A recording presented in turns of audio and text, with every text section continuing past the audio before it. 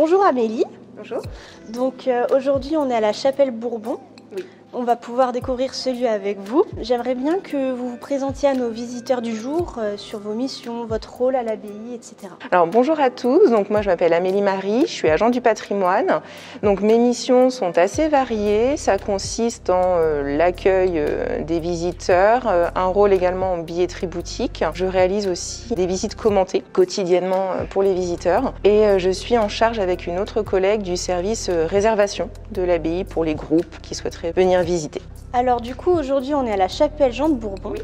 Est-ce que vous pouvez nous décrire un peu cette chapelle et l'architecture? Alors c'est une chapelle de style gothique, donc l'architecture gothique apparaît à peu près vers le XIIe siècle et elle s'achève à peu près au XVe siècle. Et à l'intérieur du style gothique, on a en fait identifié 4 périodes et la chapelle Jean de Bourbon est représentative de la 4e et dernière période de ce gothique, donc que l'on appelle le gothique flamboyant. Et il se distingue des autres gothiques entre guillemets par un décor qui va être beaucoup plus riche, beaucoup plus chargé, et notamment, alors on va le voir par des prises un petit peu plus tard, mais on va avoir des petits motifs qui ressemblent à des petites boules que l'on appelle des choux frisés. Il y en a un petit peu sur les pinacles. À l'intérieur, il y en a aussi au-dessus de la porte à l'extérieur. On va aussi avoir au niveau des voûtes surcroisées d'ogives une sorte d'enrichissement avec un ajout de nervures. Donc ici, on appelle ça dans le jargon architectural des liernes. Et au niveau des fenêtres aussi, ça c'est assez facile à repérer. On va avoir le remplage des fenêtres, donc les parties en pierre des fenêtres qui vont dessiner des motifs de larmes ou de flammes. Et ces motifs de flammes ont donc donné le nom à cette période du gothique, donc le flamboyant. Alors est-ce que vous pouvez nous parler du rôle de cette chapelle dans la vie monastique, mais également de sa signification pour les moines qui résidaient ici? Avant la construction de cette chapelle Jean de Bourbon, il y avait déjà une petite chapelle à cet emplacement de style roman, à dater du XIIe siècle. Alors là, on va manquer un petit peu de texte pour savoir vraiment précisément à quoi elle servait. On peut imaginer qu'elle servait à célébrer les nombreuses messes qui étaient célébrées au quotidien et qu'elle servait aussi à présenter des reliques et donc à la vénération des reliques par les pèlerins notamment. Et au XVe siècle, donc cet abbé Jean de Bourbon décide de, par-dessus, entre guillemets, cette chapelle romane, construire donc cette nouvelle chapelle gothique. Et là, il va en faire sa chapelle privée. Il va changer son appellation, ce sera désormais la chapelle de la Vierge et non plus la chapelle Sainte-Eutrope. Et voilà, donc il va vraiment là en faire un lieu un petit peu pour lui, en quelque sorte, un lieu de dévotion privée, donc à son usage exclusif ou quasi exclusif. Et cette chapelle aussi avait pour but de devenir sa chapelle funéraire. On sait que Jean de Bourbon n'est pas mort à Cluny, il est mort un petit peu plus loin dans son prieuré de Saint-Rambert. Et d'après les textes, ce qu'on sait, c'est que sa dépouille, son corps, a été ramené en procession à Cluny et qu'il a été inhumé dans cette chapelle, dans l'alignement de l'autel qui a malheureusement aujourd'hui disparu. Alors, est-ce que vous pouvez nous dire quelques mots sur Jean de Bourbon? Alors, Jean de Bourbon a été donc abbé de Cluny, bien évidemment, dans la seconde moitié du XVe siècle, donc entre 1456 et 1481. C'est un personnage très important. Il est issu d'une branche secondaire, d'une branche cadette de la famille royale, donc comme en témoigne le blason qui est encore conservé au niveau des voûtes de cette chapelle. Alors, c'est un fils illégitime, un fils bâtard ou naturel. Il y a plusieurs façons de les appeler, donc il est le fils illégitime du duc de Bourbon. C'est un personnage qui est destiné à la vie religieuse très tôt.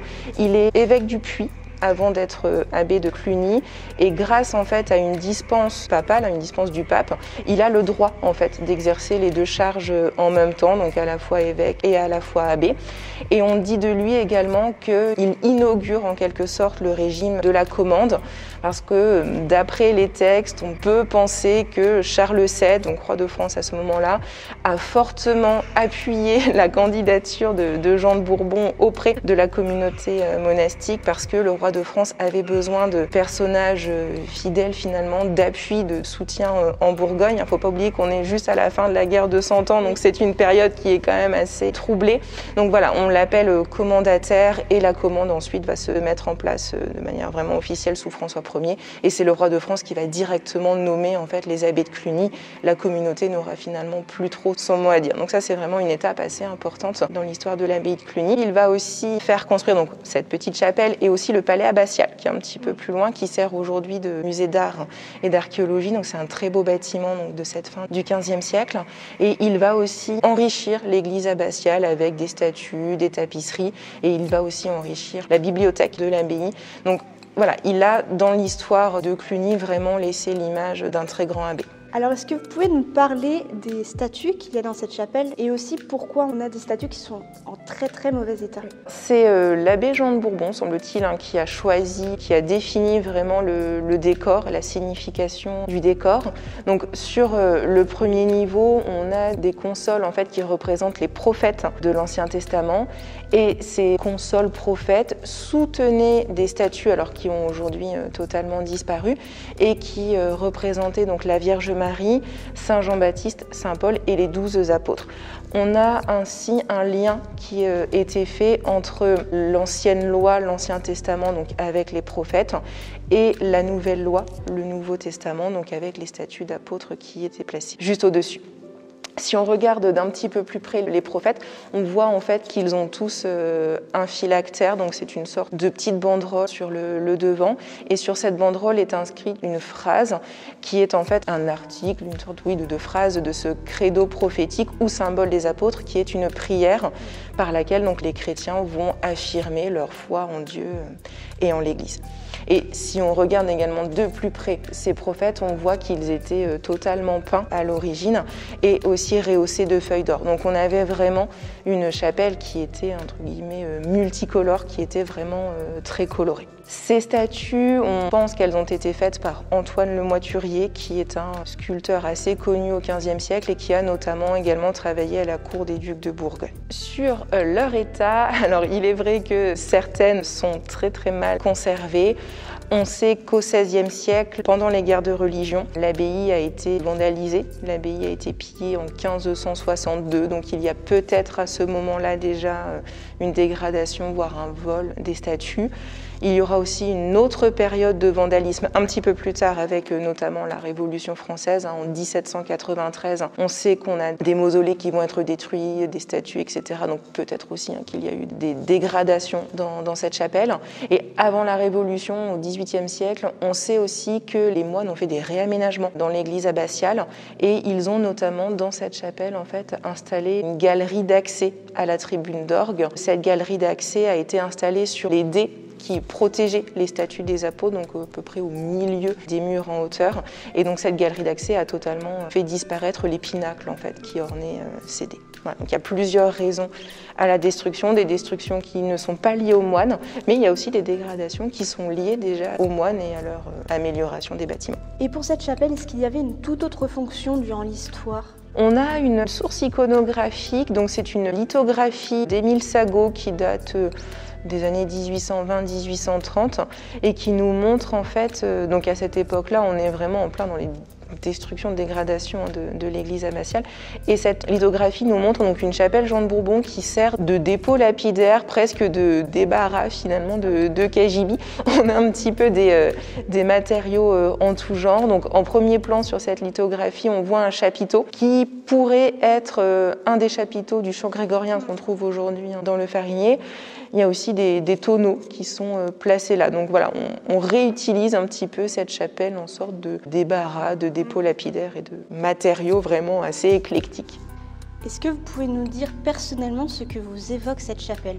Quand on est dans cette chapelle, on est dans un lieu qui est clos, un petit cocon, un petit écrin, un lieu qui, contrairement au reste de l'église abbatiale, est assez intact, donc totalement fermé encore, donc ça participe justement à cet espace clos. L'après-midi, quand il ne fait pas très beau, elle est très sombre, cette chapelle, donc il ne faut pas avoir peur d'y rentrer, tout se passe en général bien.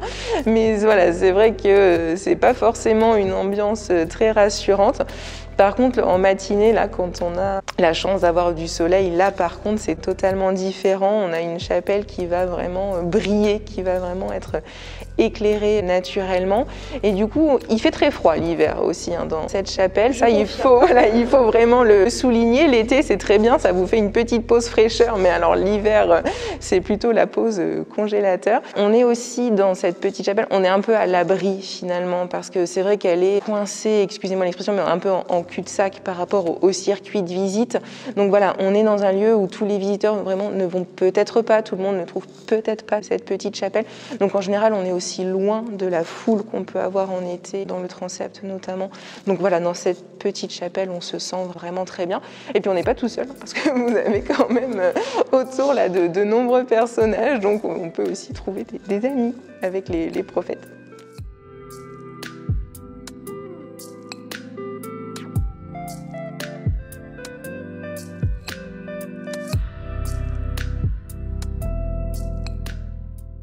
Merci beaucoup Amélie pour votre intervention. Je vous souhaite une bonne journée. Alors, avant qu'on se quitte, j'ai un petit quelque chose à vous remettre. Donc voilà, voici pour vous. Merci. Bonne continuation et ce sera avec plaisir de se retrouver pour de nouvelles aventures.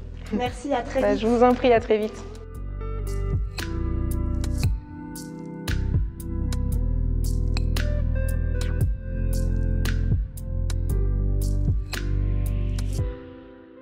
Suite à la vidéo avec Amélie sur la chapelle Bourbon, nous avons reçu un indice qui est celui-ci.